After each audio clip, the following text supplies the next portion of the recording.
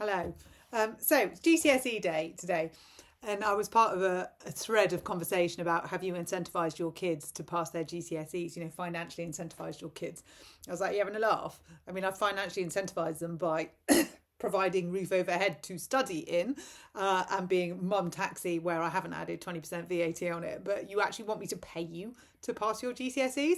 I mean, don't we do that with like the school fees for those of us that do the school fees, and in many other ways like tutors and extra help for those that don't do the school fees but do it in a different way? I mean, I think our kids, here's a silver spoon, it's got all your GCSEs on it, swallow that, love, crack on. It made me laugh, and it made me think back to my GCSEs, which, granted, in the black and white world of 1989, 1990, I don't know. It was. I mean, I was at the Edinburgh Festival, so I was a bit of a thesp back in the day. And I was performing in the Edinburgh Festival. And so my mum and my sister got my results. And I had a call. So it was a public payphone in the theatre where we were doing rehearsals. And I went to it. I had a sort of like be by that at 10 o'clock. And what I thought was my mum was ringing. And it was my sister on the other end of the phone. And I picked the phone up and went, go on then, hello. And she said, well, you're not as thick as we thought you were. Oh, nice, good. And that's how it started. And that was my GCSEs. I got them, I passed them, I went on to A-levels. Bit of an awkward mistake there. Did geography. Who? Why? I mean, just should have done history, but there you are.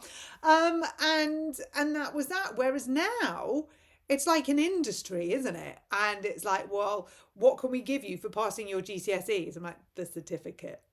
No, you can give them the certificate and say, or who really gives a shit? It's just your GCSEs. I mean, not that we don't. And I struggle with this because my take on it is try your hardest. You have to try your hardest. You can't just, well, I mean, you can if you're uber bright. You can just turn up, blah, blah, blah, blah, blah, blah, blah, done, and come out with a 9.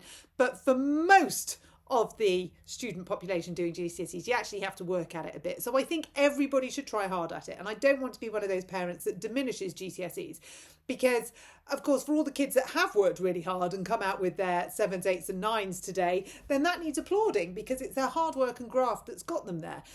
But it is important to remember that you will probably forget what actual GCSEs you got by the time you're in your 20s.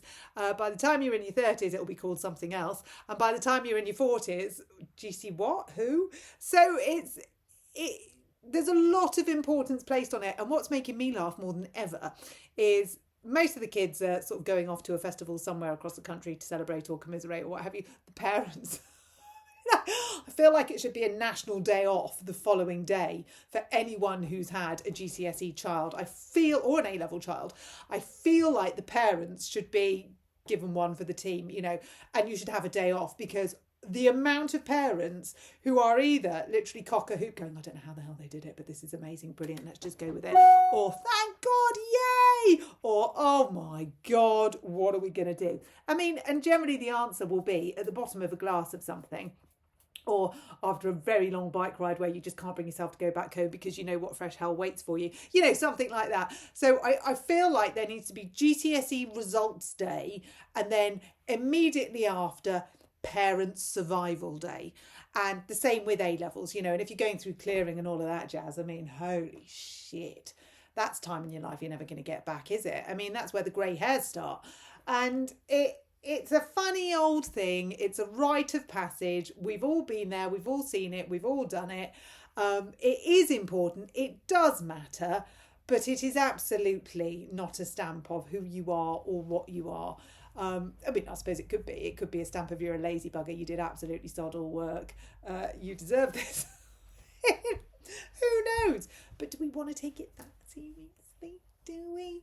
I don't know. Maybe I'm just getting old, a bit laissez-faire about all of this. But I think back to when I put mine in junior school. And, you've got your reports back for like year 3 and year 4. And you're going, oh, how's that going to affect their GCSEs? And then you go through life going, it's very important for the GCSEs. Well, it'll be really good for your personal statement.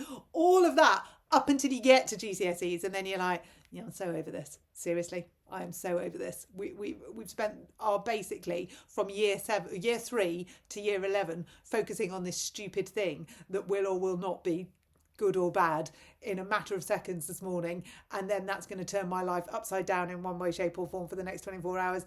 You can have it, you can keep it. I'm over it. That's just me. So anyway, to all the parents out there, this will pass. It will. I did it with mine last year. I will be doing it with the youngest in a few years. Whatever. Honestly, I think the theory driving test is harder than the GCSEs. My eldest was telling me about all the different colours of lines on a blind person's stick. I had no idea. I mean, literally no idea. I forget GCSEs and A-levels. It's all about the theory driving test.